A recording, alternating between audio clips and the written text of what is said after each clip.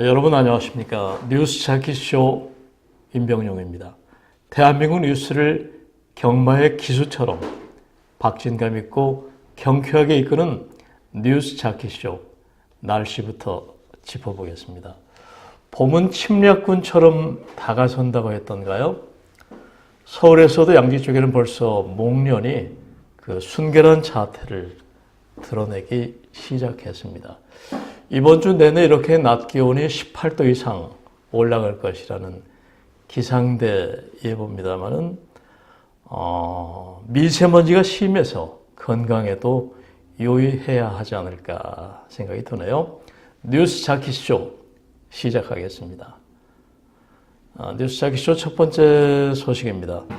문재인 대통령이 오늘 이낙연 국무총리 주재의 국무회의를 열고 당초 예고한 대로 대통령 개헌안을 공식 발의합니다. 국회 합의안 도출 때는 언제든 대통령 개헌안을 철회할 수도 있다는 게 청와대의 입장이지만은 여야가 지금 여러분 아시는 것처럼 평행선을 달리고 있어서 발의가 불가피한 상황에 이른 것이죠. 청와대에 따르면 이낙연 국무총리는 26일 오늘 정부 서울청사에서 임시 국무회의를 열고 대통령 개헌안을 심의 의결할 것으로 알려졌습니다. 이 총리 주재의 국무회의에는 18개 정부부처 장관 또 국무위원들이 참석해서 대통령 개헌안을 심의 의결하게 됩니다. 문재인 대통령의 해외 순방을 수행하고 있는 강경화 외교부 장관은 문 대통령이 아랍에미리트 아부다비에서 전자결제 방식으로 의결에 참여하게 된다고 밝혔습니다. 이에 대해서 자유한국당을 비롯한 야당은 개헌을 국가 백년대계라고 강조하더니 외국에서 클릭 몇 번으로 발의한단 말이냐 반발하고 나섰습니다. 국무회의에서 정부부처 장관의 결재로 대통령 개헌안이 의결이 되면은 그 즉시 문 대통령에게 결과가 보고됩니다. 마지막으로 문 대통령이 전자결재를 제거하게 되면은 대통령 개헌안은 국회에 제출이 되죠. 이와 동시에 전자관보에 대통령의 헌법 개정안이 올라가게 됩니다. 이것은 법률적 의미의 대통령 개헌안의 공고가 이루어지는 것입니다. 다만 이러한 시나리오는 국회 본회의를 통과해야만 그 의미가 주어집니다. 여러 번 이 시간을 통해서 말씀드린 것처럼 국회 제적위원회 3분의 2 이상이 대통령 개헌안에 찬성해야 하고 제적위원 정족수 비례해서 196명의 찬성표를 확보해야 합니다. 여기서 자유한국당 의원 111명이 모두 반대표를 행사한다고 가정하면 대통령 개헌안은 본회의의 문턱을 넘을 수 없게 됩니다. 대통령의 고뇌와 청와대의 입장이 이래서 지금 긴박하게 되어 있는 것이죠. 뉴스 찾기쇼 두 번째 소식입니다. 남북한 정상회담을 위한 고위급 회담이 오는 29일 판문점 북측 지역 통일각에서 열린다는 소식입니다. 통일부는 2018 남북 정상회담 준비를 위한 고위급 회담 개최 제안을 우리가 북측에 했고 이에 대해서 북측이 동의한다는 것입니다. 북측은 판문점 연락 채널을 통해서 오는 29일 리선권 조국평화통일위원회 위원장을 단장으로 해서 3명의 대표단을 보낼 것이고 실무적인 문제는 판문점 연락 채널을 통해 협의해 나가자고 연락해왔다고 덧붙였습니다. 통일부 관계자는 남북인 나머지 대표단을 어떻게 구성할지는 추후에 판문점 채널을 통해서 논의할 예정이라고 말했고 청와대는 조명균 장관 외에 청와대와 국가정보원에서 각 한 명씩이 대표단에 포함될 것이라고 밝힌 바 있습니다. 남북 정상 간 회담이 열릴 경우에 주요 의제는 한반도 비핵화, 또 군사적 긴장 완화를 포함한 항구적 평화 정착, 남북관계 진전 등이 대두될 것으로 알려졌습니다.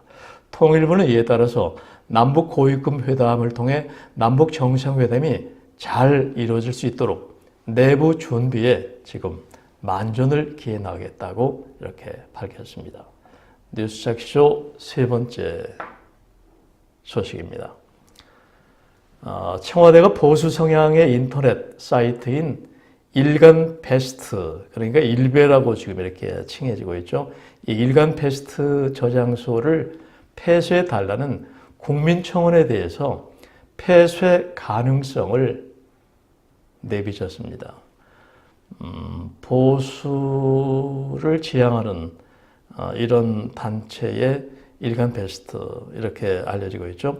김영현 청와대 보수본부관은 이날 청와대 공식 페이지 페이스북을 통해서 방송통신위원회가 그동안 불법 유해정보 신고 내용을 중심으로 해서 일베에 게시글 삭제 등을 요구해왔다고 밝혔습니다. 김 법무비서관은 일베의 불법 정보 게시글 비중이 사이트 폐쇄 기준에 이르는지는 좀 더 지켜보겠다고 신중한 입장입니다. 이러면서도 명예훼손 등 불법 정보에 대해서 방송통신침해위원회 심의 후에 방통위가 해당 정보의 처리 거부, 정지, 제한을 명할 수 있다고 말했습니다. 이어 김 법무관은 표현의 자유가 침해된다는 지적에 대해서는 표현의 자유는 중요한 가치다. 하지만은 헌법에도 명시됐듯이 모든 국민은 언론, 출판의 자유를 갖는 동시에 타인의 명예나 권리를 침해해서는 안 된다고 밝혔습니다. 이와 함께 세월호 희생자에 대한 험담 글을 올린 일베 회원에 대해서 징역 1년을 선고한 대법원 확정 판결은 정당하다. 또 타인의 명예를 훼손하는 불법 정보, 가짜 뉴스 등에 대해서는 무관용 원칙에 따라 엄벌에 처할 수 있다고도 설명했습니다. 뉴스jak쇼 네 번째 소식은 진행자 칼럼 순서입니다.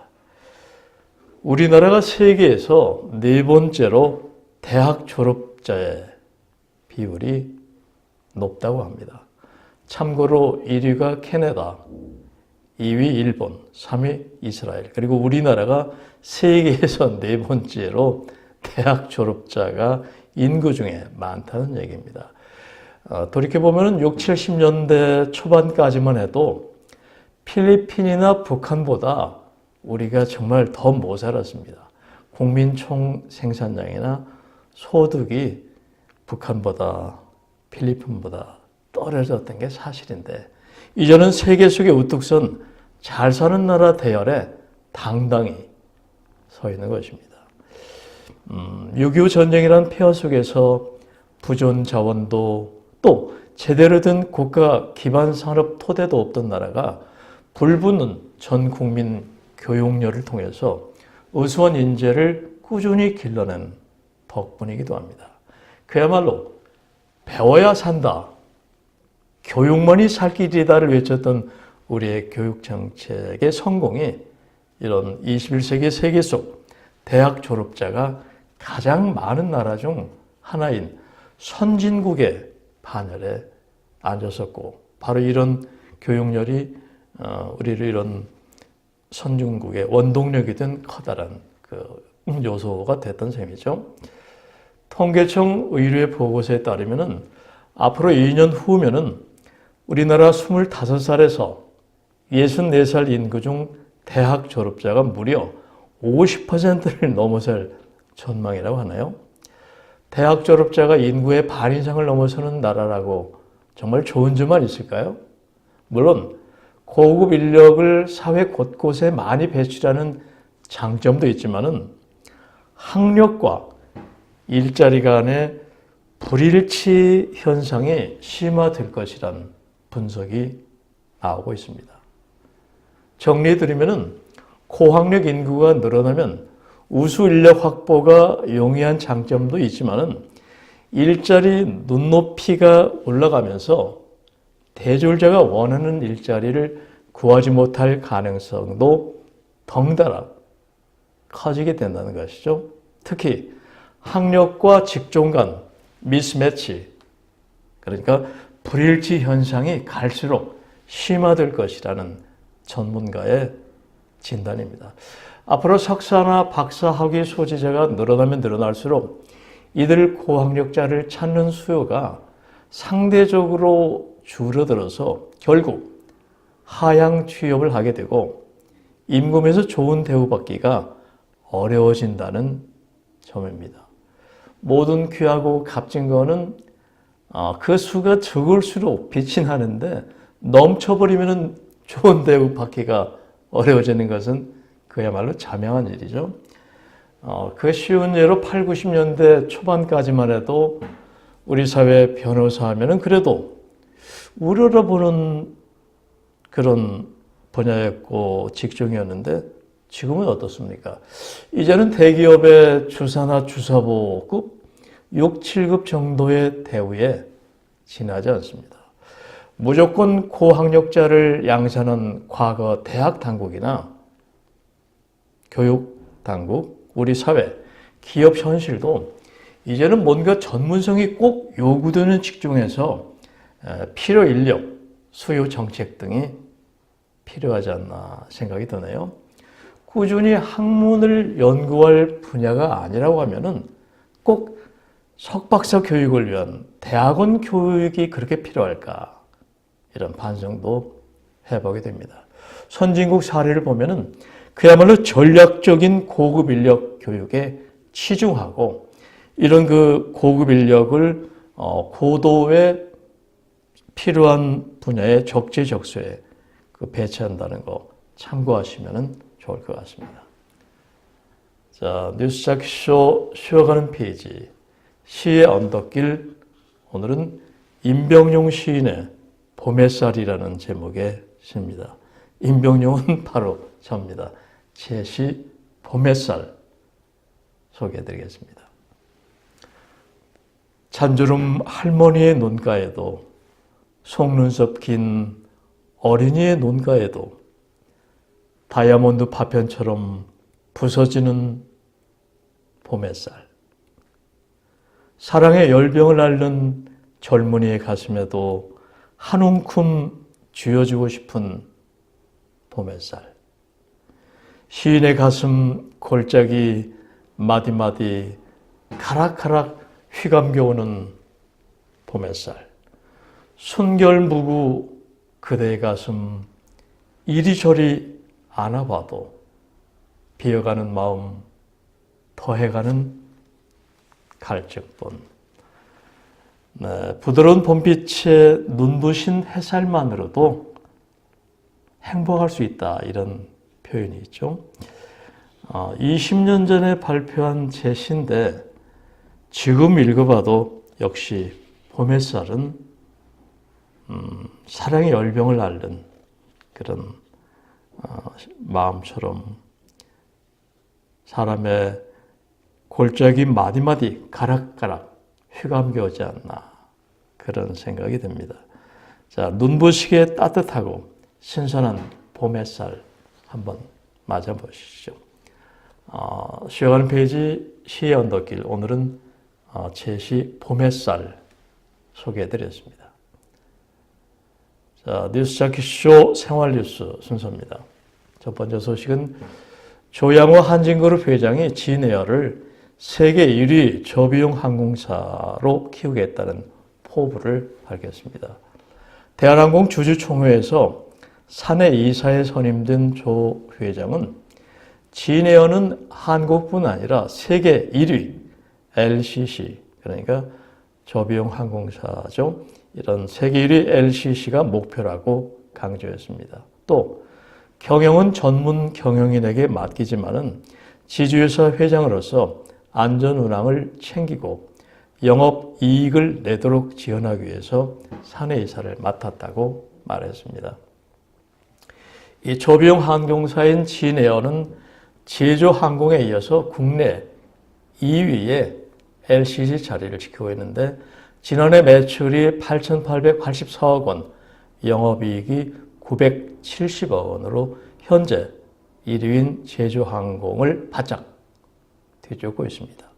조 회장은 최근 공정거래위원회에 이 조건부 승인 의견을 받은 미국 델타 항공과 대한항공의 조인트 벤처에 대해서도 모든 준비가 다 돼 있다고 자신감을 나타냈습니다. 그런 국토교통부의 최종 허가가 나는 즉시 인천공항을 아시아 지역 허브로 삼아서 고객의 편의를 위해 조인트 벤처를 설립하겠다고 강조했습니다. 생활뉴스 두 번째 소식입니다.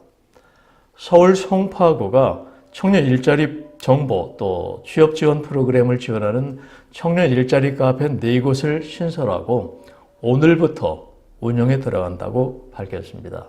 이번에 새로 문을 여는 곳은 가락센터점, 그리고 석촌호수점, 가락 1호점, 마천 사거리점 등입니다. 스터디룸과 세미나룸을 갖춘 청년 일자리 카페에서는 주 1회 오후 7시부터 9시에 취업 클리닉, 또 1대1 자리 상담, 직무 기업별 멘토링, 이미지 컨설팅, 취업 특강 등을 무료로 받을 수 있다고 하네요. 스터디룸은 3명에서 6명의 그룹별로 서울시 일자리 포털에서 선착순 예약해야 이용이 가능하다고 합니다. 뉴스 자키쇼 이제 마무리하겠습니다. 따뜻한 봄 햇살이 어머니의 포근한 가슴처럼 온 대지를 포옹하는 그런 봄날입니다. 스스로도 이렇게 포옹해보고 주위 사람도 마음 따뜻이 포옹해보는 하루 되십시오. 뉴스 프리존, 뉴스 자키쇼 지금까지 편집국장 임병용이었습니다. 감사합니다.